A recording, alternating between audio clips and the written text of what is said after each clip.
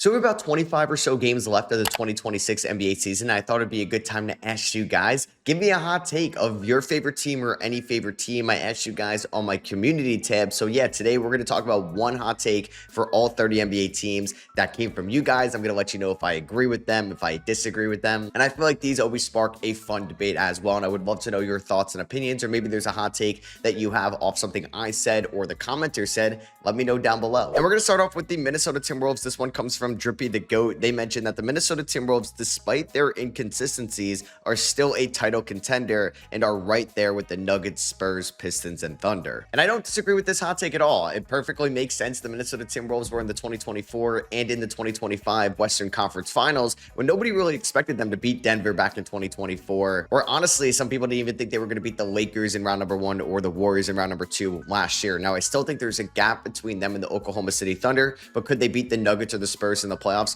100% if these teams are healthy. Now, Minnesota, like this commenter said, has been very inconsistent this year. They didn't have a good bench whatsoever in the first half. They added to that with Ida Sunmu, and Bones Hyland has been a little bit of a breakout player. Julius Randle has been wildly inconsistent as a number 2 option for this team. Can you ask Jaden McDaniels to step up in the playoffs as maybe a high-end number 3, but a low-end number 2 if Randle is going to struggle? And how far can Anthony Edwards take this team? We know Rudy Gobert is an all-world defender, but if teams go 5 out, can Rudy Gobert stay on the floor throughout a 7-game series when it matters the most? We're going to have to wait and see. Minnesota could definitely shock us again. I think we should consider them in that tier 1 of Western Conference contenders. I do think, though, there's a little bit of a gap between them and OKC, and there's going to have to be a period here in the final 20 or so games where they kind of prove us all wrong and they really start to click together. The next one comes here for the Washington Wizards. This one is actually coming from Wolves, and they mentioned that AD and Trae Young is a great pairing. Young guys like Alex Sarr and Trey Johnson develop really well, and the Wizards get the 1 seed and make the finals next year. Okay,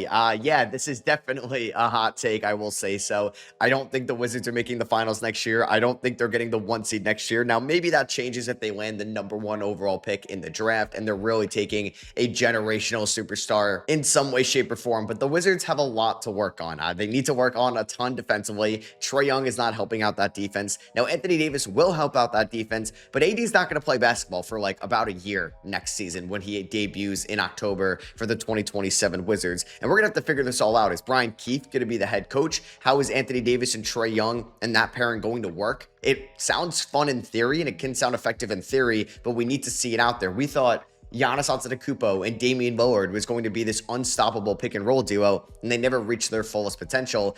AD at this point in his career, Trae Young at this point in his career, both of these guys are fighting for next contracts, which could be a good thing or a bad thing. It's going to have to be a wait and see period. I could see the Wizards as a play-in team next year, and we have so much time until next year's season starts, and this team can look drastically different in the offseason. We have no idea what's going to happen with the lottery. If they're picking in the top 3, yeah, I like them in the play-in tournament or better. If they're picking outside the top 3, who knows how next year can go with the injury concerns to Trae Young and Anthony Davis. So I think we have to just pump the brakes a little bit here. I think a peak 2027 Wizards season would be a high-end play-in team. Maybe you get a round 1 playoff series, but it could still also be a bad year next year for Washington. We're going to have to wait and see a little bit. For the Warriors here, this person mentions that Steve Kerr and Mike Dunleavy are the reasons why my Warriors will never make it past the first round again in the Steph era due to horrible coaching and ass straps every year. And I know Warriors fans are watching Jonathan Kuminga play pretty good basketball for the Atlanta Hawks right now. Now, I will say that he's played only against the Washington Wizards, so it's not like he's going to go up against that type of competition every single night. Obviously, once Jimmy Butler tore his ACL, the Warriors championship hopes pretty much took a nosedive this season. Maybe they could flirt with a round 1 series victory, but they would have to get really lucky in who they match up with. I don't like their matchup against, obviously, OKC, no San Antonio, no Denver. Maybe they could pull off an upset against like a Minnesota, Houston, or Los Angeles. We'll see. The Warriors have been a good defensive team all year long. And now when you're watching Golden State, maybe it's against Denver or Memphis and they're winning those games, it's because of guys that are basically just like not getting paid anything that are stepping up for them right now. That could be Guy Santos. That could be Pat Spencer, Quinton Post, Will Richard, Moses Moody, DeAnthony Melton. Like these are the guys that are making like 20% of their cap space in total. Draymond, Steph, and Jimmy are either hurt or just underperforming this season.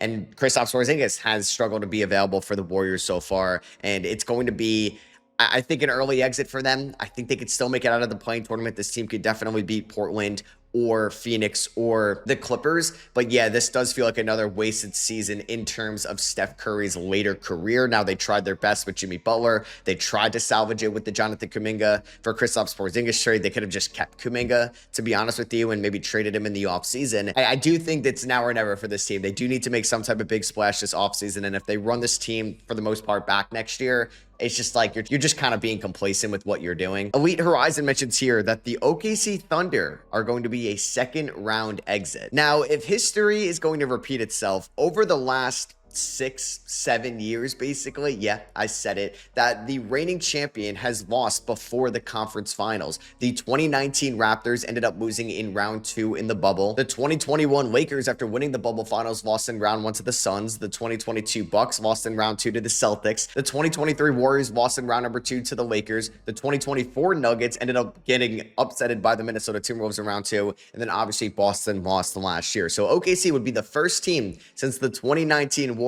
to possibly make it to the conference finals after winning it all. And I do think that they are definitely suited for it right now. They didn't have Shai Gilgeous-Alexander over the last few weeks. He just comes back, and they beat the Denver Nuggets, in which Shai had a rest in overtime. He was already past his minutes restriction, and they still won that game. They have about a 2.5 game lead over the San Antonio Spurs right now. I would be shocked if the Thunder do not get the 1 seed at the end of the year, but you never know. So they're probably in line to play maybe a Lakers, Suns, Warriors, Blazers, Clippers, like whoever makes it out of that playing tournament in the second leg of it is who their round 1 matchup is going to be. And I think they're going to be just fine in round number 1. So that means in round number 2, they're going to get the 4, the 5 seed. And right now that'd be Denver, Minnesota, which would be kind of a nightmare scenario for OKC. I don't think they would want to play either of those two teams in round number 2. I think they would probably rather play Minnesota than Denver, but that could be a surprising round 2 exit. And the Thunder have been banged up a ton this year. This team has had a lot of injuries, which could affect their chemistry and continuity as we get into the playoffs. I was just watching this team. It's so deep. Like Isaiah Joe is going to hit some clutch threes. Alex Caruso is going to look like the best defender in the world out there. Same thing with Chet Holmgren at times. They just got Jared McCain without having to trade a single rotational player in that deal. I disagree. I think this team is built to be the first team to go back-to-back. They haven't had like a catastrophic injury.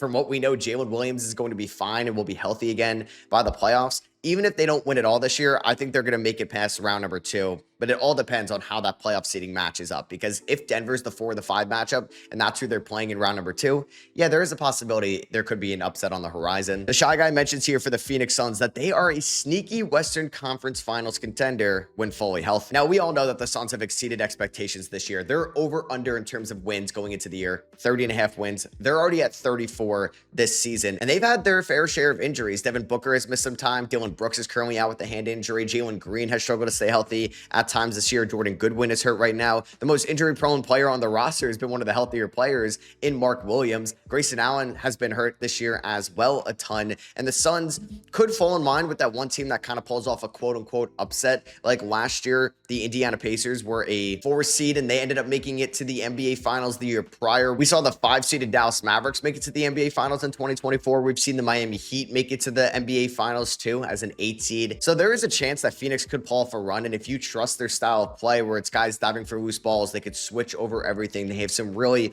hard-nosed defenders, and they can really up the physicality when the games get a little bit more pressurized and slowed down in a playoff series. You would need Devin Booker to step up as the number 1 option. You'd need Dylan Brooks to kind of go nuclear as well. And they would have to get a favorable round 1 matchup. So maybe there's a chance that they don't have to play OKC or San Antonio in round number 1. Maybe they could pull off an upset over San Antonio. You don't know, because this team keeps proving us wrong all year long.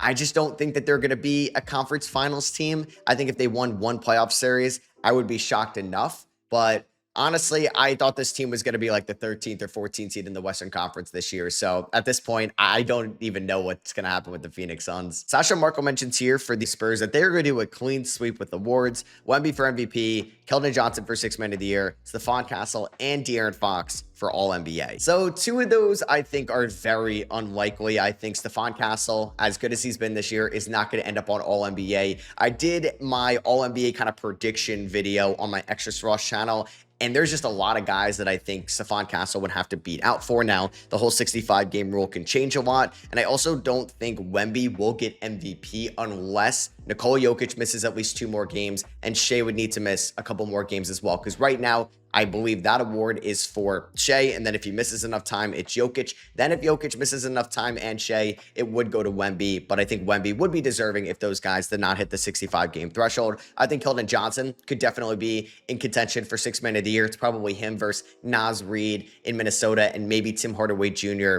in Denver. And then I think De'Aaron Fox could also make an All-NBA team.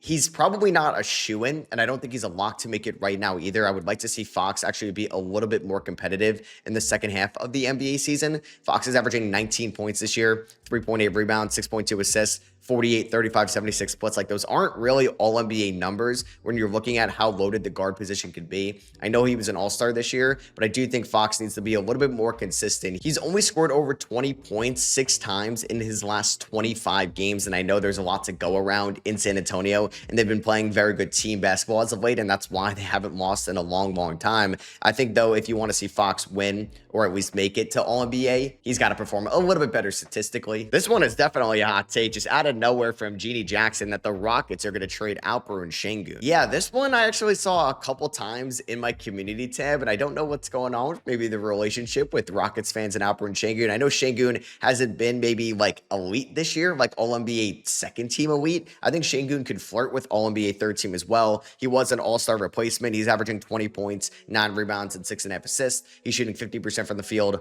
29% from three, and 69% from the free throw line. He's not an elite defender by any means, but I would say Şengün has been a productive player this year. He's 23 years old, under one of the best contracts in the NBA for his production. Like, people got to talk about how good this contract is. $33 million to $35 million to $37 million to $39 million, then a $39 million player option in 2030. When you're looking at what Chet Holmgren and Jalen Williams got, and probably what Jalen Duren is going to get this offseason, this contract is going to look like an absolute steal for the Houston Rockets. So, yeah, I don't think he's going anywhere unless we're talking about Giannis Antetokounmpo to the Houston Rockets this offseason. And even if they wanted to go after Giannis, I think they would maybe try to do something else and not have Şengün on the table. I think more so the Rockets could be in the department to just either run this team back next year with a healthy Fred VanVleet and Steven Adams, because this year it's been up and down, but they're still a 3 seed. They're still 37-21 with all these injuries and with Kevin Durant's kind of drama off the court with the group chat and the burners.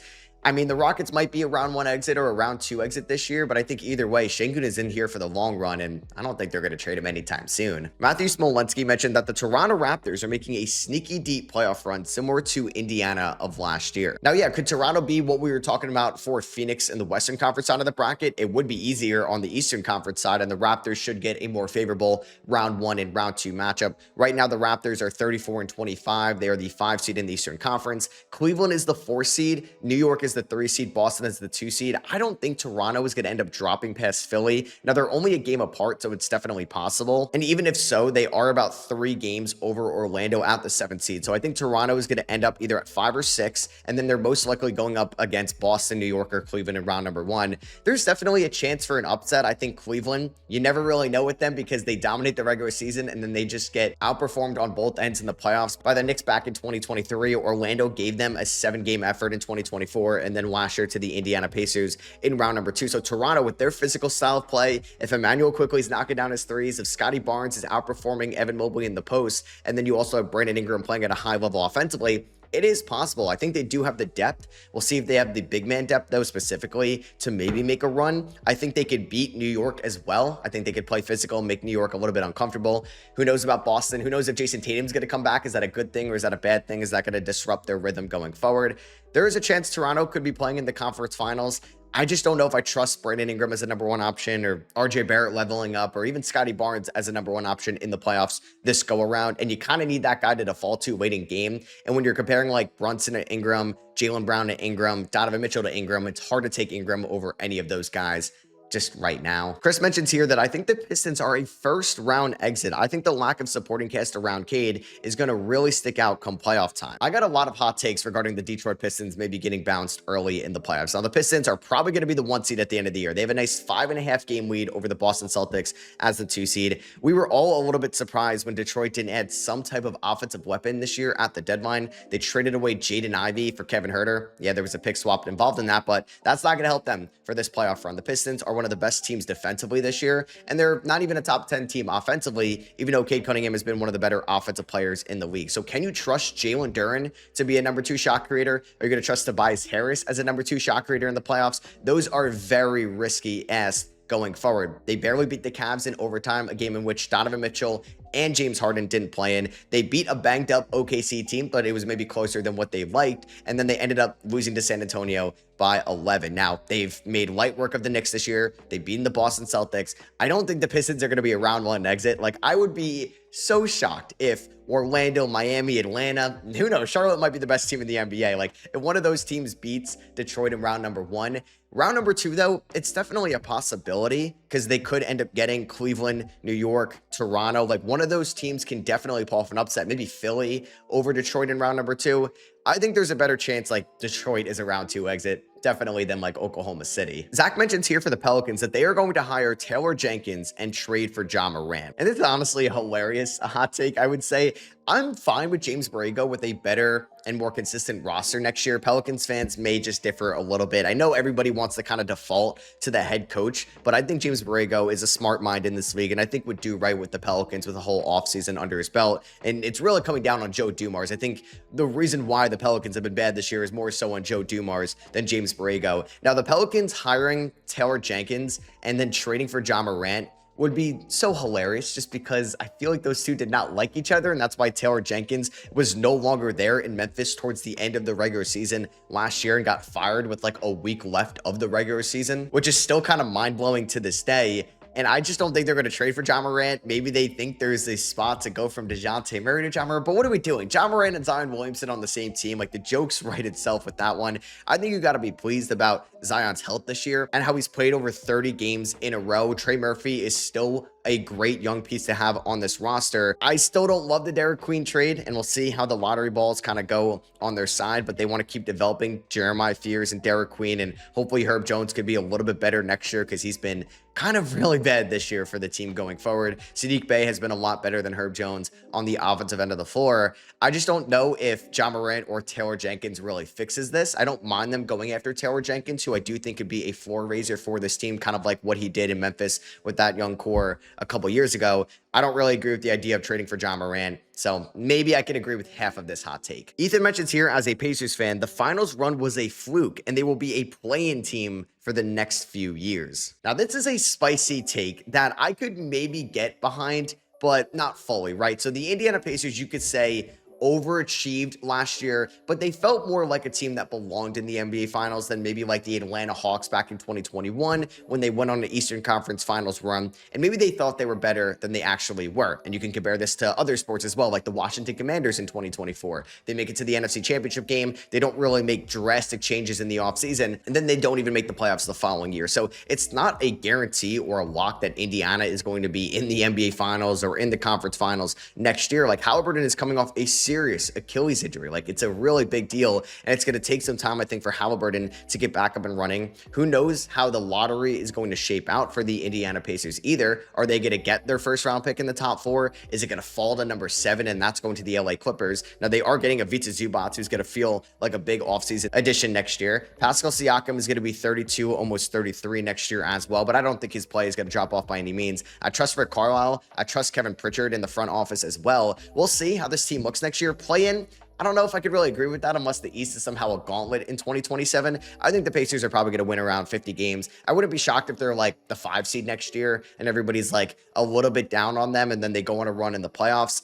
I just don't think they're going to end up as a plan. I think that's too down on them. Ben mentions here for Denver that they have an issue with closing games. It's been an issue all year, and no one is talking about it. I don't know. I feel like a lot of people are talking about Denver's inconsistencies right now in the clutch because Nikola Jokic missed a ton of time, and this was Jamal Murray's show when Jokic was out. Now Jokic is back. It's kind of like a hot potato, and who's going to really work it out in the clutch. Cam Johnson, though, needs to be a lot better for this team. He was maybe the reason why they lost to Oklahoma City. He hits one of his wide open corner threes. Like, that game is over. That game doesn't even go to overtime, but he did not show up when the lights were the brightest, and Cam Johnson Johnson has not been great this year. Maybe he's still dealing with an injury. They still don't have Aaron Gordon and Peyton Watson due to hamstring issues. But yeah, you got to figure something out with Denver. They've been kind of going back and forth between Jokic and Murray in the clutch, and they really need to figure it out, because if they still don't have a proper offensive game flow, that either comes back on David Adelman or that comes back on Murray and Jokic, and they need to figure it out for the playoffs, because this is one of the best Nuggets teams I have seen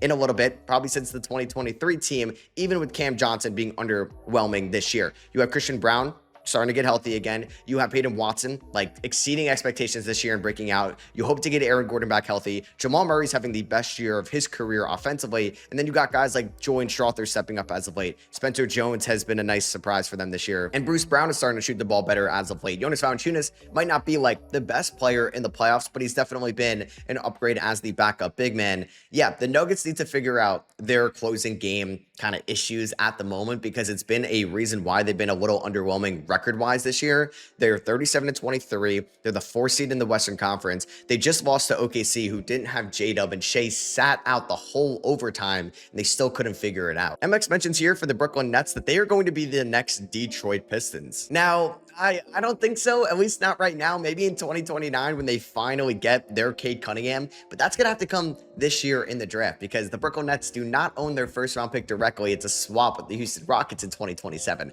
The Rockets are probably going to be good, so you're probably not getting a lottery pick next year in Brooklyn. That's why the lottery is so crucial for Brooklyn. They're the 28th team in terms of net rating this year. They do not have a Cade Cunningham-esque player on the roster. I like Igor Drummond long term. I like Nolan Traore this year. I like Danny Wolf, and Drake Powell has shown a little bit as well.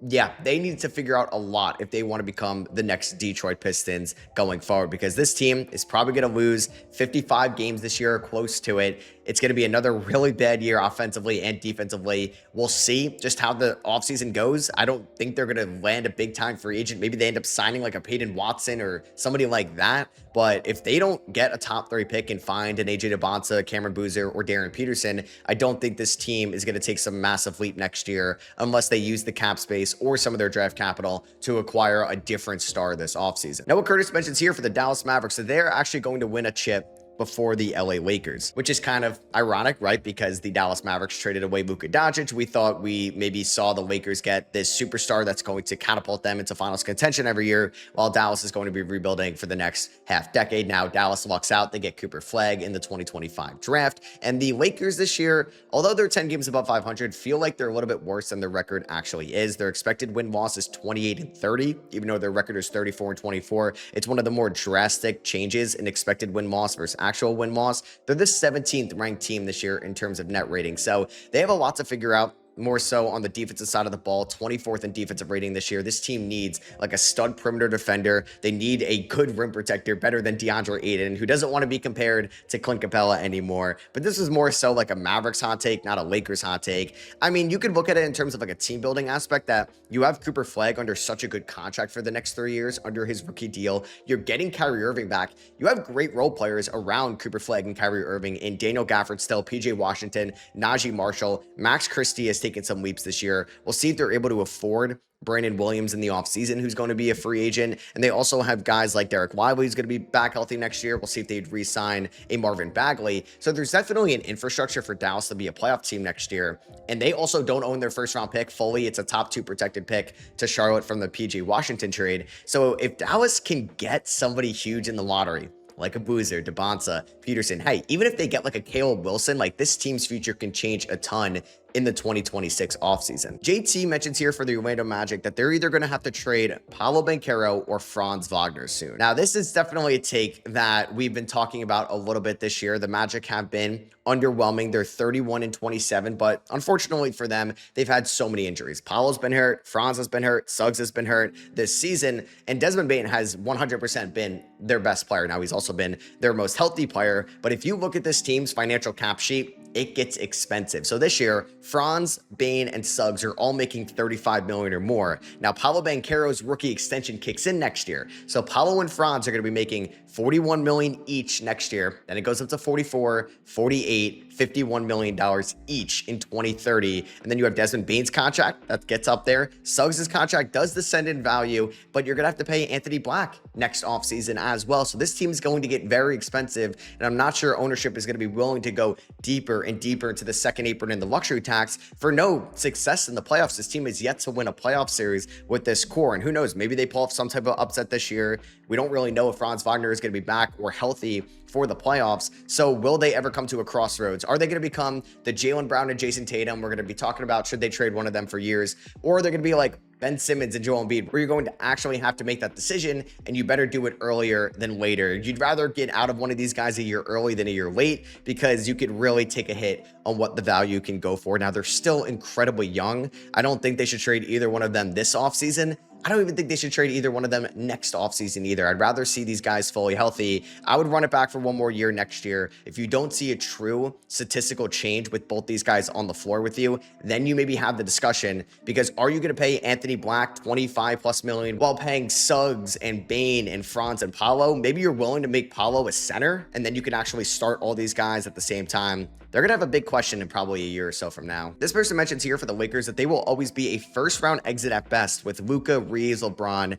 as their big three. Now, last year I thought the Lakers were going to be a first round exit against the Minnesota Timberwolves, and I was correct. And this year I also think the Lakers, depending on who they play, will be a round one exit. Maybe there's a scenario where they could beat Minnesota or Houston. They're not going to be favorites in that series at all. So I think most likely, unless somehow the Lakers go on a run and play like Phoenix or Golden State in round number one, which the odds of that are so slim, yeah, they're just not going to be a favorite. Now, LeBron might not be here next year, so you might not have to worry about him as part of your big three. Luka will be here for the next at least 2 years after this year. And Austin Reeves has a $15 million player option in the offseason. Now, he's opting out of that 100%. It would make no sense for him to opt into that. I do think an extension is going to get done. The Lakers aren't going to let him walk 27-year-old in his prime. And even if they think they ever have to move on from him, they could just trade him on that contract as well. They got to figure out another, I think, either just defensive-minded guy that can also do somewhat offensively. I'm not saying they're ever going to get a player like this, but try to find your next Jalen Duren, right? Try to find somebody that could be a physical five for you down low. Maybe it's Jared Allen that can catch lobs, that can at least have a good enough touch around the rim, that is comfortable and patient with the ball in his hands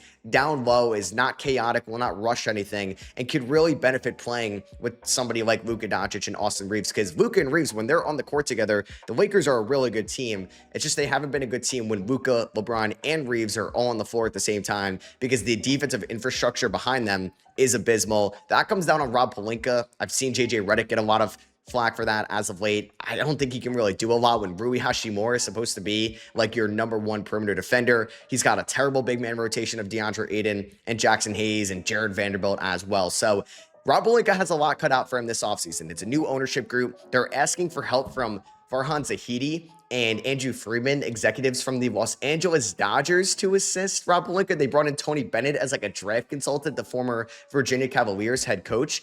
We'll see what happens. They're going to have to make some notable changes, and I wonder if LeBron is going to be on this roster next year. I can't see the Lakers winning a playoff series right now. No one mentions here for the New York Knicks that they have too much depth, but the biggest problem is having to find minutes for 4 players 6'4" or shorter. Alvarado, Josh Hart, McBride, Shamet. I don't see Mike Brown cutting them out of the rotation because of the talent level and having to play less proven players, which might hold the Knicks back from title hopes. Now, I can agree with Noah here. The Knicks have been somewhat of a frustrating team to watch throughout the course of the season. They've had some really good wins. They've had some bad losses, and they are currently 5th in the NBA in terms of net rating. They're 9th in defensive rating and 3rd in offensive rating. So those numbers are actually pretty good. And you may look at the Knicks and be like, wait, shouldn't we look at them as like a better team? But they've had higher expectations going into the season. They were in the conference finals. They did not lose a star player like the Boston Celtics or Indiana Pacers due to an injury. So there was a path for the New York Knicks to maybe be in the NBA finals this year. And I didn't expect the Knicks to be a 1 seed. I don't think this team was really built for the regular season. It's more so when we get to the playoffs. So I think they're kind of in line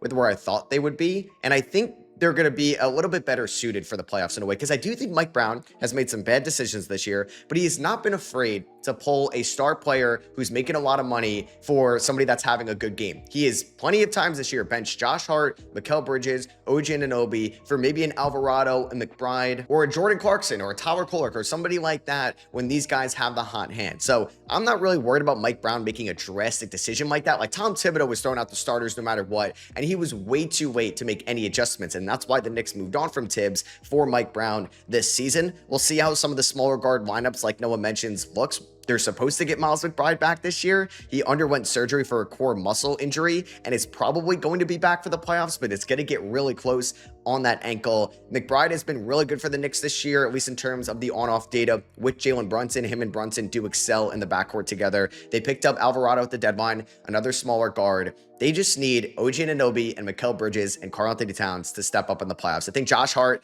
is very chaotic, but I do think he lives for the big moments. I don't feel any uncertainty about Jalen Brunson because he's been arguably the best player in the playoffs over the last 3 years since he got to the New York Knicks. It's just, will the supporting cast around Brunson step up? It's really Cat playing like a number 2. OG, I think like when OG's on, the Knicks look unbeatable, but when OG's not on, you need Mikal Bridges to kind of offset some of that, and he's been wildly inconsistent for them this year. The Knicks are going to be a fascinating team to watch come playoff time. I mean, I'm hoping for the best. I'm a Knicks fan, you guys know that, but I do think there's a chance this team could be a round 1 or a round 2 exit. Reject Robotics mentions between Dylan Cardwell, Maxime Reynaud, Nick Clifford, and Devin Carter, plus a top draft pick this year, the Kings have accidentally created a young core that's going to be really scary in a few years' time. All right, so I want to agree with this, and I want to say that the Sacramento Kings do have a better young core than we thought going into the year, because Dylan Cardwell looks great for somebody that went undrafted. Maxime Reynaud has exceeded the value of a second-round pick, and Nick Clifford has shown some flashes as of late. The problem is some of those guys are a little bit older. Like Nick Clifford and Dylan Cardwell are already 24 years old. I can't see the Kings, unless they take like a Darren Peterson or they get really lucky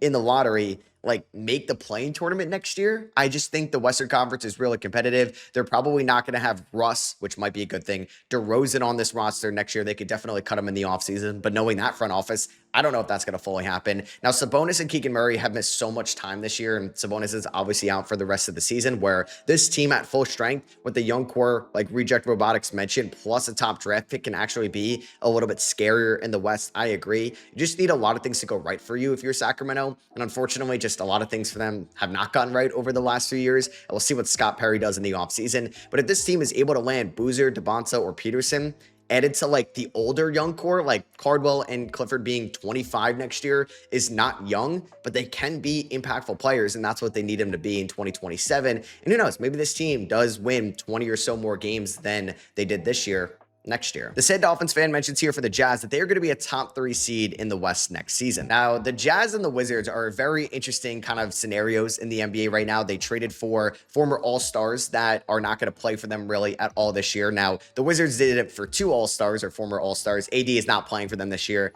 I think we might see Trae Young, and we know that Jaren Jackson Jr. is out for the rest of the season. The Jazz are the 5th worst team in terms of net rating this year. They are 18-41, and you know what's funny? And back in December, they were 10-15, so they're about 8-26 in their last 34 games, but they do have a good team in place for next year. They're going to most likely re-sign Walker Kessler at the end of the year. You have year 2 Ace Bailey. You're going to have Keontae George, who broke out this year, hopefully looking better next year, a healthy Lowry Marketing going into the year, and we'll see what other supporting cast pieces like Cody Williams, Kyle Filipowski, Bryce Sensabaugh, Isaiah Collier can look like, and obviously their first round pick. They're most likely keeping their first round pick this year. And the lottery is going to have such big implications on the Jazz, because if this team does add a top 3 pick, yeah, I can think this team could be a top 6 seed in the West next year. Top 3 seed, we'll have to wait and see, because the Spurs, Thunder, you'd assume the Rockets, Minnesota, Denver, these teams are going to be really good as well next year, you would think. So it's going to be tough for the Jazz to be a top 3 seed, but can the Jazz be a 7th seed and actually play like a meaningful play-in game or playoff game next year? 100%. Dubster mentions here for the Hornets that they are going to be a top 3 seed in the East next year. Now, I think this one you could feel a little bit more comfortable with than the Wizards or Jazz prediction now, because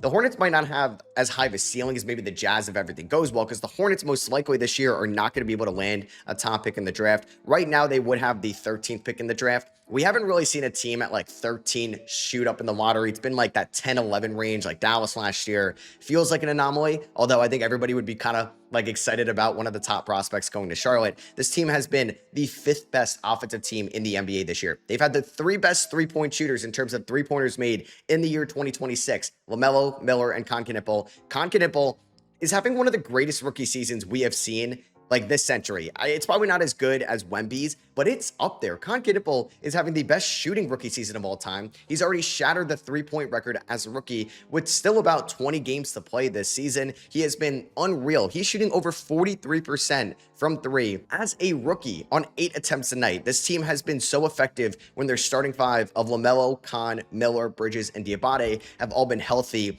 out there. They picked up Kobe White at the deadline. They have some good veterans on the roster. I mean, this team is going to add a lottery pick in some way, shape, or form. They also have another first round pick, which is right now projected at number 19 from Phoenix. So this team could have 2 top 20 picks, a little bit of financial wiggle room for a mid-level exception or somebody like that in the offseason. I think there's a chance the Hornets could win 50 games next year, which is crazy to say, but if everything goes right and they stay healthy and they realize that there are still steps to be made this offseason, yeah, I could see a top 3 seed in the East. It's way more wide open than the West. Mad Heat fan mentions here that the Miami Heat getting fully healthy, they are the biggest dark horse team and could be one of the biggest risers in the second half of the season. I don't know, man. I kind of disagree with this one. I haven't really been moved by the Miami Heat. Maybe if they had Jimmy Butler on their roster instead of like Norman Powell, sure, I could see that. Or if they had Jimmy Butler instead of Andrew Wiggins, like somebody that can actually elevate their ceiling going forward. The Heat have been a really good defensive team this year, and they've been like about league average offensively with some of the injuries, but they've just had so many bad losses as of late since being healthy. Like they lost to Milwaukee, they lost to Philadelphia by 7 on the road. And I just don't know if this team is really kind of coexisting well this year with Norman Powell and Tyler Hero out there at the same time. Norman Powell is dealing with a groin injury right now. Bam Adebayo has been fine this year. He's really kind of been a letdown offensively going forward. And that's with like Wiggins being good, Hawkins being good, Khalil Ware being good, although Coach Spo doesn't really want to play him that much. Jovic has been disappointing. Pelle Larson and Davion Mitchell have been good pieces for them this year. Pelle Larson has started a bunch of games. They found like their next Hayward Highsmith and Drew Smith and Myron Gardner. I don't think the Heat are going to be a dark horse team. I think this team is a first round exit. Maybe Pat Riley does something this offseason. Maybe he's just like, I don't want to gut the roster for Giannis. We'll try to sign him in 2027, and maybe that's the next time the Heat fans will be happy. Grayson mentions here for the Atlanta Hawks that Jonathan Kuminga might secretly be the secret formula for Atlanta if he takes a leap in half-court creation. Now, yeah, you definitely have to be excited about Jonathan Kuminga if you're a Hawks fan. The Hawks have been a disappointing team this year. They traded away Trae Young, arguably their best player this century, and they're going all in on Jalen Johnson. Now, I don't want to overreact because Jonathan Kuminga's first 2 games as a Hawk in which he's played in have been against the Washington Wizards, one of the worst defensive teams in the NBA. So we'll see when he actually goes up against a good defense if he can actually look this good in half-court creation. But in his debut game for Washington, he looked amazing. He looked athletic. He looked rejuvenated. He looked happy out there. 27 points, 7 rebounds, 4 assists. In game number 2, he had 17 points and 9 rebounds, shot 55% from the field. He started in that one. He's still 23 years old. I hope he finds a home here in Atlanta. I don't know if maybe this is a bad thing for Zachary Sachet because they have a lot of good wings on this team. You have Nickeil Alexander-Walker, Jalen Johnson. We'll see about Kuminga and Zachary Sachet. Are you going to just kind of keep that number 1 pick on the bench going forward? I think that's a good problem to have in Atlanta, and I think they really need to figure out stylistically what works because I think they have talent. It's been kind of the same story for like the Pelicans, right? Like you have all this talent, but can you actually execute it on a basketball floor? And can these guys coexist in a 48-minute game? We'll have to wait and see. I wonder if it's going to be Quinn Snyder there next year, but I'm excited to watch Jonathan Kuminga in Atlanta over the next 21 games. Panda Edits mentions here, if the Memphis Grizzlies stayed healthy this season, they would have been a top 5 team in the NBA. Yeah, I disagree with this. I think once they traded away Desmond Bane, their ceiling definitely took a hit this year, and they were not going to get Cedric Howard if they didn't trade away Desmond Bane as well. So it was either one or the other. I think you're happy about how Cedric Howard has looked this year, obviously, and they do have some draft capital moving forward. I mean, the Grizzlies injury report is insane to look at. It's Santi Aldama, KCP, Brandon Clark, Cedric Howard, Zach Edey, Ty Jerome has missed a ton of time this year, but has looked amazing when he's been out there, and John Morant. And maybe Ty Jerome, if he was healthy like the whole season, the way he's playing right now with John Morant, yeah, maybe this team could have been a playoff seed in the Western Conference. It has gone so bad, they've had to pick up 40-year-old Taj Gibson. They played 26 different players this year, and this is basically looking how the Memphis Grizzlies did in 2024 when everybody was hurt going forward. Like, I want to see Zach Edey out there, but he's been a little bit injury prone so far. And yeah, maybe if my aunt had balls, she'd be my uncle. We could say that as well for Memphis going forward, but I want to actually see it out there.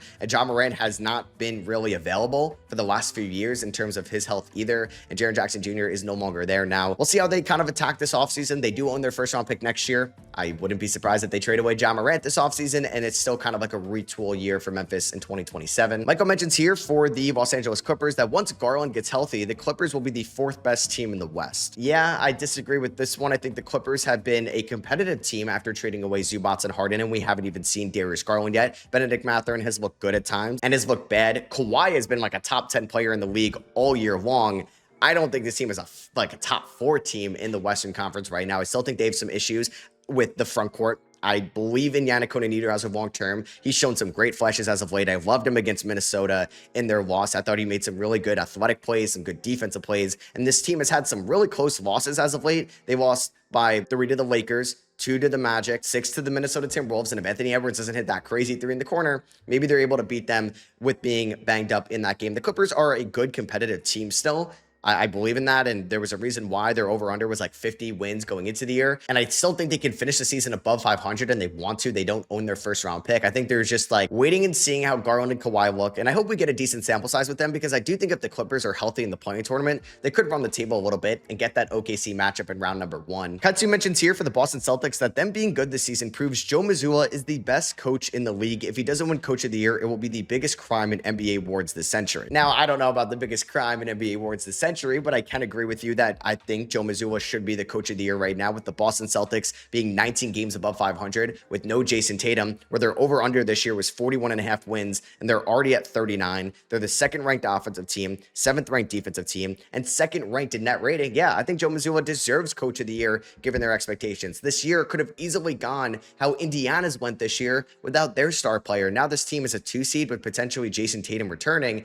Mazzulla has not been afraid to pull some of the top talent. If you're not crashing the glass, if you're not playing the system that he wants to play in, you're not going to play in the 4th quarter, or you're going to get pulled right away. And he's gotten guys to buy in like Hugo Gonzalez and Baylor Shireman and Jordan Walsh, and just finding these 3-and-D wings left and right. Yeah, I think Brad Stevens is executive of the year, like losing Luke Cornett, Al Horford, Jason Tatum in the injury, having to trade away Kristaps and Drew Holiday, and still being this elite. Yeah, I think executive of the year and coach of the year can come to Boston. Teal Guy mentions here, the James Harden trade goes down as a win-win, with Cleveland winning the chip this year and Darius Garland becoming a Clippers legend. Now, becoming a Clippers legend is a little bit easier than you think, but this is more so on the Cavs side of things, and you can't say that the Cavs ceiling has not changed since that James Harden trade. They are currently 9th in the NBA in terms of net rating. They've had some really good wins since James Harden went to Cleveland. Now, they ended up losing to a banged-up OKC. They beat the New York Knicks by 15, and then Harden gets hurt, and Donovan Mitchell gets hurt, and they still almost beat the Detroit Pistons as well. They barely lost to the Milwaukee Bucks when they had some injuries. So hopefully,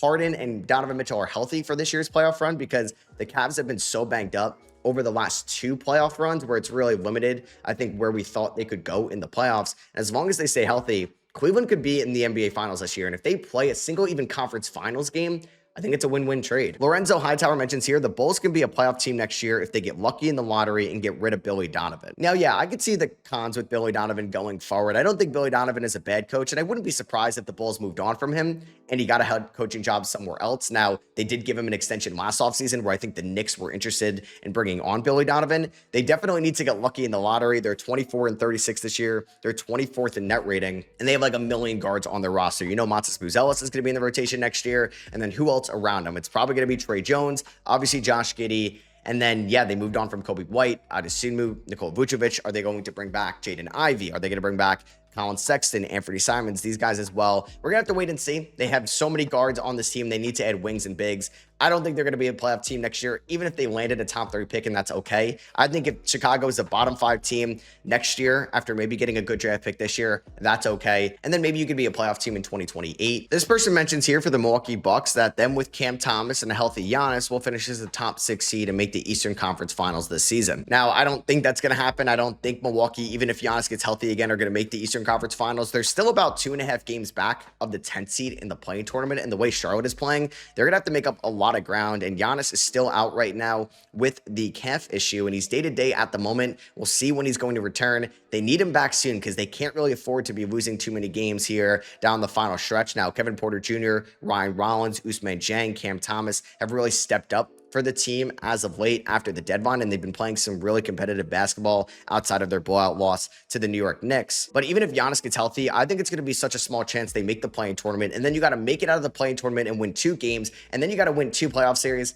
That's just not going to happen. I don't think this season is going to end as well as Bucks fans hope it will, and I think that should be okay with you. You just want to add a lottery pick to maybe keeping Giannis around next year. GP3 mentions here, when Denny and Sharp return fully healthy, the Blazers will make the playoffs fairly easily. I mean, the Blazers are about 5 games out of the playoffs right now if they want to be a top 6 seed, so they're most likely going to end up as a play-in team. And yeah, I think they could beat the Clippers. I think they could beat the Warriors, and there's a scenario they beat the Lakers or the Suns in the play-in tournament as well, but they need to get healthy. The Blazers have really struggled to be healthy this year. year. Drew Holiday's missed a bunch of time at the beginning of the year. Jeremy Grant missed some time. Denny's been dealing with this lingering back issue. Same with Shaedon Sharpe dealing with this lingering calf issue. And he's going to be out for a few more weeks as well. So this team has really struggled to stay healthy this year. Tumani Kamara has been by far the most healthy player. And then it's probably Donovan Clingan and Sidi Sissoko has had to step up for this team. I like the Vic Krejci addition so far. And Rob Williams, when he's been healthy, has been a good player. I don't think the Blazers are going to make the playoffs, though, this year. Maybe there's a chance they are the 8 seed. It's going to be a first-round exit. And maybe they're okay with that. And then lastly, for the Philadelphia 76ers, this person mentions when Embiid is healthy, they can make a run this season. I mean, yeah, when Embiid is healthy, the Sixers look like a really good basketball team, and they look like a fun team out there when Embiid and Maxey are going. Edgecombe has been playing some really good complete basketball as of late. Like the shot, not perfect, but he's impacting the game on the defensive end of the floor. He's crashing the glass offensively. He's been exactly what you need as a role player around Maxey and Joel Embiid. Hopefully they get Paul George back in rhythm before the playoffs starts, but I do think the Sixers will finish the season as a top 6 seed, and they're definitely not an easy team to play against when Embiid is playing this well. I still don't love their bench. I still think it was a mistake to trade away Jared McCain. Although Daryl Morey is very good at drafting, he realizes how good this draft is, so maybe he thinks he can take somebody better than Jared McCain long term. We'll have to wait and see. I think the Sixers' depth and maybe the uncertainty of Paul George's play and Embiid's health will be the downfall for them. But I think you're fine if they are a top 6 seed this year, even if they're a round 1 exit. I think a Sixers fan will take that. And that is good for me. I hope you guys did enjoy. If you did, I would appreciate you dropping a thumbs up. Let me know your thoughts and opinions on any of these hot takes down below. Subscribe for more content like this. Catch you on the next one. Peace.